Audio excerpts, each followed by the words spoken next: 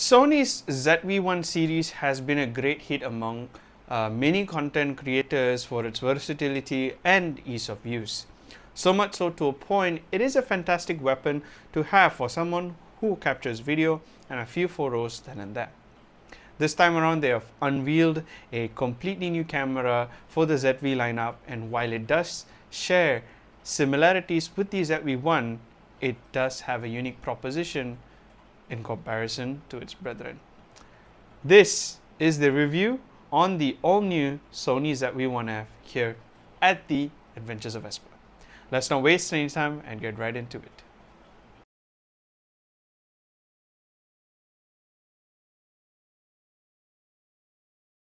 Unlike the Sony ZV-1, which is what consumers would immediately rush to compare it with, the Sony ZV-1F emphasizes on the F. And that F means fixed focus. Yes, unlike the ZV-1, which houses a zoom lens with a range of 24-70mm, which is a good range actually if you want a zoom lens, the ZV-1F comes with a fixed 20mm lens with an aperture of f2.0. Now, it does come with a Variottessa coating from Zeiss, which is a nice touch. Now, if you are wondering if the lens can do any sort of zoom, well, it can, because Sony has still incorporated a digital zoom if you ever need one. When we tried it, we had that handycam feel of sorts, which felt really nostalgic. Although the fixed 20mm lens does not come with the OIS, which in my opinion feels like a huge hit, Sony has actually added their own SteadyShot feature, which gives you a bit of a steady video taking capability. It's basically EIS, but unlike EIS on a smartphone, which once again a lot of people would compare it to, SteadyShot has been in the making for many years, and it does a good job in stabilizing video when you need it to. But fret not, this camera can do 4K recording. It has support for logging like HLG, S-Log2, S-Log3, and when it comes to slow motion and quick motion, it actually shoots in full HD instead, where the slow motion is capped at 5 times and quick motion is capped at 60 times. There are so many similarities with the ZV-1. Now, starting off with the sensor in itself. Both the cameras have identical sensor, and this one is the same 1-inch type XMA RS sensor, which has the potential to capture 20.1 megapixel images. The ISO range is the same as well, ranging from 125 to 12,800, with the expanded ISO, which can go lower than 125, which is at 80. Sony has also brought over the vari-angle display, which you see right here, and it's an absolute lifesaver when you need it to, and I love it a lot. And on top of that, this is a touch screen, and so in times when you have flipped out the display and you do not want to have awkward positions trying to find out which button is which, you can control it with all the display. It also uses the new menu, which I love, and it also comes baked with Wi-Fi and Bluetooth, just like any other Sony camera. So if you want to connect it via the Imaging Edge app, you can do it, or use the completely new grip, which is now finally completely wireless, which we will talk about later in this video. Finally, the battery is pretty much the same as the ZV-1. It still uses the Sony NPB-X1, but since there are a lot of things that has been altered with the ZV-1F, you do get an extra, approximately about 15 minutes of extra battery life, and now the camera weighs at 256 grams, which is lighter than the ZV-1, which weighed at 290 plus. Now, is the fixed lens the only difference? Is there anything else? There is actually. Number one, the focus system, because it's pretty crucial when you're shooting video, right? Instead of having the hybrid AF system, which we have seen with the Sony ZV-1, this resorts to contrast AF. So it has 425 contrast detection points. On top of that, it still has IAF, but a hybrid system is a lot more faster with real-time AF, which is what you would find with the ZV-1. Secondly, the ZV-1F is a vlog-centric camera, so Sony has eliminated the entire need for raw photo taking capabilities. So if you ever take a picture with the ZV-1F, it's going to be only in JPEG, kept at fine, and that's completely fine. No pun intended. Or pun intended. So finally, the mount on the top of the camera is a cold shoe mount instead of the hot shoe mount which you have seen with every other Sony camera. And that also means you cannot connect the accessory directly into the mount, but instead you will need a cable to connect it to the port of the camera. Like say for instance, if you want to use an external microphone, you'll have to use the microphone jack in the camera. Now, honestly, from a consumer standpoint, I understand, because you're deciding based on a specs paper that you have gotten, or a pamphlet, whatever you want to call it, from the shop, and it makes the ZV-1F look like an I have to think again before I purchase camera, really. But in a real world situation, is it that concerning? Which is what we're exactly going to answer in two different perspectives. Starting off with the video perspective, because this is a vlog centric camera after all. Right off the bat, okay, I have to admit here, I love the whole setup which we have right here. The wireless grip is a lifesaver. You do not have to find any sort of cable to connect it from the grip to the camera, so it keeps it a completely clutter-free wireless setup, and you do not have to deal with any sort of wires. Now, another thing is that the camera has some significant changes, which is what we have mentioned earlier, but in a real world situation, this is where things get a bit interesting. Now, we're going to talk about the autofocus system first. Contrast AF does take its sweet time to keep things in focus. Now, while it is a focus system that you can still find on many cameras really, for static shot it works just fine, it's consistent, it's well maintained and all that. But the moment when you start moving, and given that we are still wearing masks, and the camera loses its focus because it cannot detect a face, because you have something that's obstructing the view or to detect a face, it doesn't properly focus in. But when you're not wearing a mask with the IAF and the face AE kicked right in, make no mistake, because the camera keeps the focus intact as much as it could. But I have to say, in terms of taking quality sharp video, this camera is at its peak with good sharpness, nice depth for a 20mm lens, and a quality that's going to be a little tough to rival, or at least in my opinion, it's going to be better than smartphone and any smartphone really. The higher ISO range is crazy good, but you are going to notice a lot of noise, especially if you're going to hit the 6000, 8000 or the 12800 range. But otherwise, if you're inside a mall, it actually does a good job in handling dimly lit situation. It does give the range that you need if you still want to shoot it in extremely low light condition. For the most part, people who get this camera are going to leave it at intelligent auto to let the camera do its thing. While it may not feature an OIS system, the SteadyShot mode helps a lot with taking a lot of stabilized shot. The camera does apply a crop after you turn on SteadyShot. While you do shoot with it, especially when there's a lot of movement around, you can actually notice the jello effect. But for what it's worth, if you happen to use a static shot, I would say stick with SteadyShot off, because it gives you a lot of room around. But when you're on the move, then turn on the SteadyShot on, because it does help a lot in stabilizing the video. Now, whatever we have said earlier, we have actually done a bunch of field tests to show how it actually performs in real world life, and you can actually check that out right now. Now, the first test what we're going to do is we're going to try out the contrast autofocus and also the IAF. Now, good thing is that I can actually see the IAF working very well. As I move my head, it actually shifts between both the eyes. So if I turn this way, I can actually see the little box that's pointed in this particular eye. And as I move to this side, you can actually see the box is moving around. So which means the focus is pretty much okay, but unfortunately, this is not a real-time IAF tracking, which the Sony ZV-1 does have. But this is just a normal IAF, and it does an alright job. Now, the second test that we're going to do right now is the contrast autofocus. Now, the thing is that contrast autofocus uses the surrounding as a way to brighten up and lower down the contrast depending on the kind of situation that you're in. It's not really like, brightness based. You could say it's partly brightness based, but contrast autofocus works a little differently. Now, I have a window right in front of me, which is why you can see I am pretty much well exposed. The ISO is capped at 250. It ranges from 125 to 250. And the focal length is fixed at like f2.0 because it comes fixed. Now, if I were to move around, and I'm going to move it right now.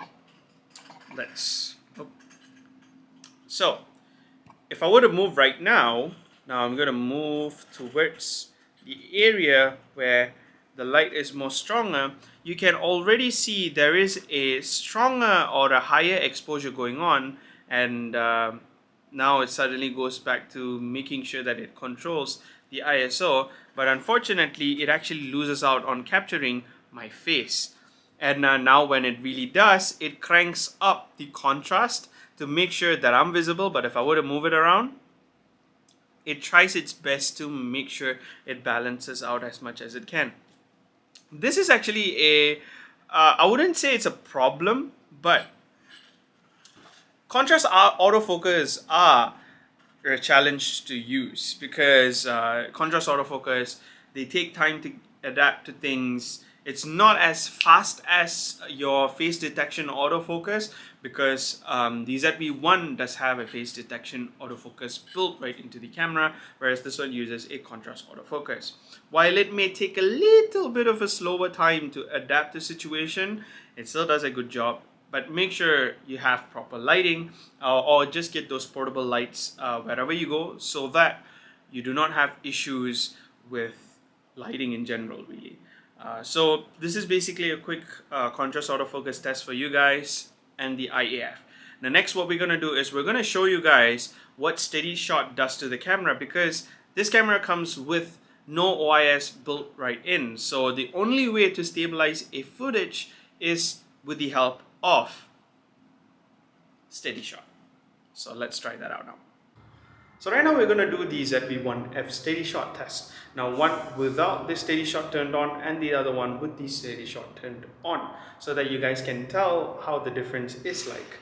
And another thing is that I'm actually using the VGP 1BT grip, so it gives me a better way to handle the camera, and we're going to do that. So you're going to see me in the focus as I descend. So now this is the without the SteadyShot test. Let's go.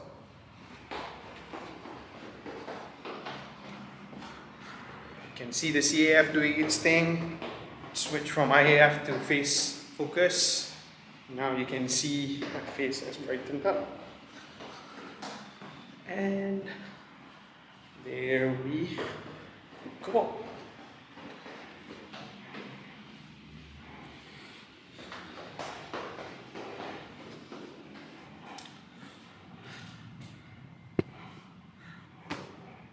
So that's the shot without the SteadyShot, and now we're gonna do one with the SteadyShot turned on.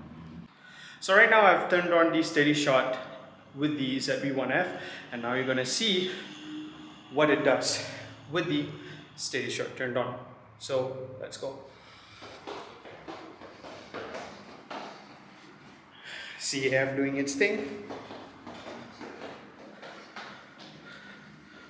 From face focus to IAF. CAF again.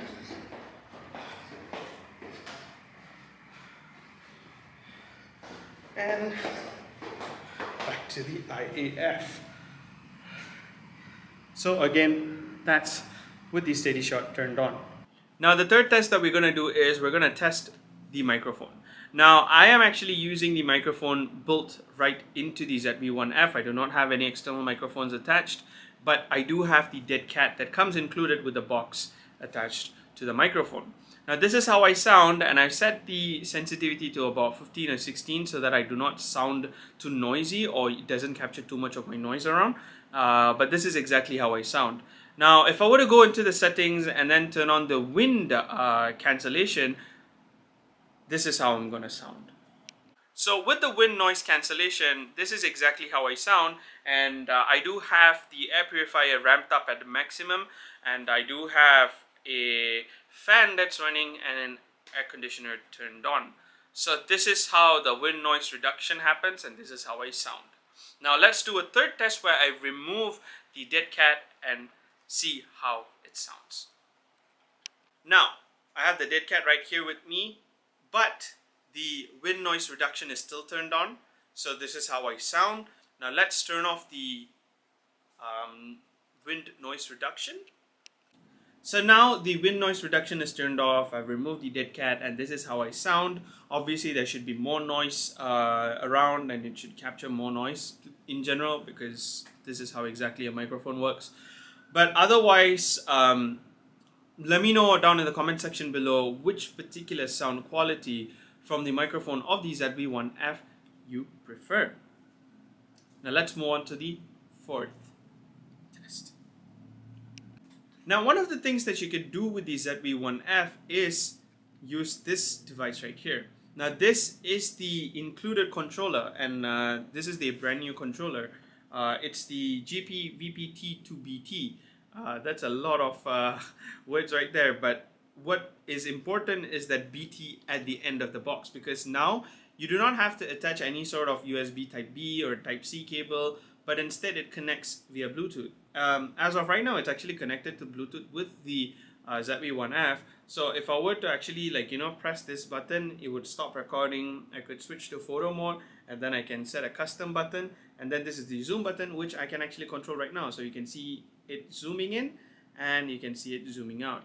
And again, that is also a test for you to see the digital zoom, because it only goes up to 5 times. So you have, there we go. Well, it's not really 5 times even, it's just about 2 times.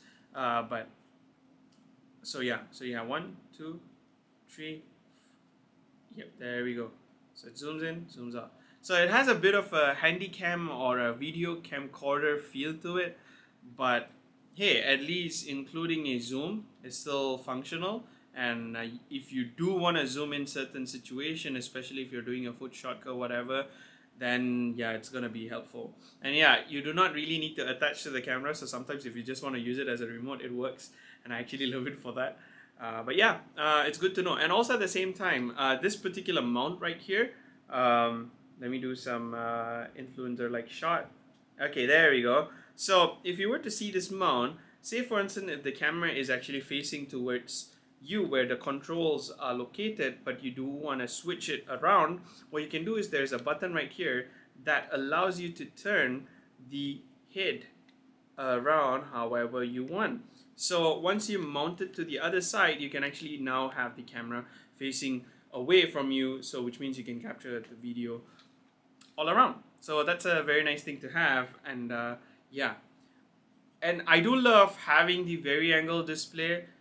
Using a Sony A7 Mark II and using that display is an absolute pain, but to play with a vari-angle display is a sight for sore eyes. So that's a good one right there. Hope you guys loved that test. Let us know your thought down in the comment section below about the Sony ZV-1F. The ability to shoot 4K is amazing here. Again, the vari-angle display is awesome. They have also added a lot of other features that has been brought forward from the ZV-1, such as product showcase to give that bokeh soft skin effect. Then you have the bokeh switch. To add on to this, they have also included 2 new features. One is the self timer for movies. Basically, it's like a self countdown that goes off before the video starts, so you can actually do everything you want. Come and sit down, and then it goes like in 3, 2, 1 action. And then you have a creative look where it gives you a bunch of filters in different colors and all that kind of stuff, which we have seen with the Sony Alpha 6300 before. And there is a new feature with the Sony ZV-1F, which I'm a huge fan of. It's called the shot mark, where you can crop out certain clips quickly in a form of 15, 30 or 60 seconds and export it to your phone immediately. Now this is a feature that I really loved, because especially when I wanted to get some quick content out of my social. Trust me, this camera is truly made for the TikTok generation. Now, from a photo taking perspective, having the option to take a picture when you need to is a nice to have here.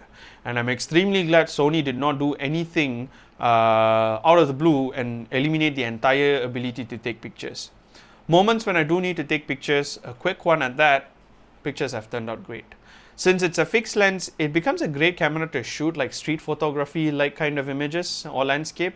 After all, it is a wide lens, and as much as I wish it had RAW, honestly it is too much of an ask for a camera like this, because many users who opt in for the ZV-1 or who are going to opt in for this are not going to use it, and they are going to use it more casually, and they would want an easy to use with a click of a one button kind of system. And the 20 megapixel sensor does a good job at that.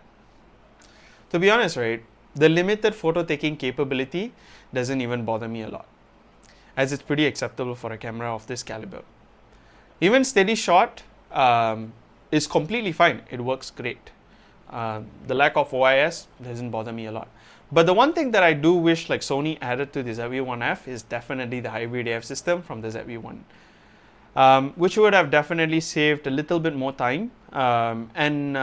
Since hybrid AF is a combination of contrast AF and face detection, it would have been awesome really. But nonetheless, the 425 points that you find for the CAF does a good job, but just be patient with it. But if you're wondering about the other aspect of this camera, like the battery life and all that kind of stuff, even sample images and videos, which you've watched earlier, so you don't have to worry about that. But if you want to read other things, you can actually head over to our full review, which is live on our site as of this time around, and you can find the link down in the description below. Honestly, right, Sony's approach with the ZV-1F is pretty simple. That is to create a very simple, easy vlogging first camera for so many users out there who have dreamt of getting one. I can still see myself using this camera to get some good videos with a simple setup. Better yet, I think this is a killer vlogging camera setup because the Sony ZV-1F, excluding the grip by the way, costs only 2,599 ringgit, making it the most decked out, affordable vlogging camera there is. Although vlogging isn't my forte personally, I found this camera to be the right kind of weapon for me to get things going on the move as a solo shooter. Now honestly, I really want to play with this camera for even a little longer to see how capable it is, because given the fact that we are going to Singapore soon for Gamescom, I would love to put it to test, maybe show how capable of a camera this is, but we'll talk to Sony about it because we have to return this camera already. In fact, by the time you watch this video, we would have returned the camera already. So that's all we have to say. Speaking of returning the camera, huge thanks to Sony Malaysia for making this content happen. Now, yes, we loaned this camera from Sony about a few days ago. No money has been exchanged to give or make this content. We just loaned this product to make this content happen, and that's about it. We're going to return it back.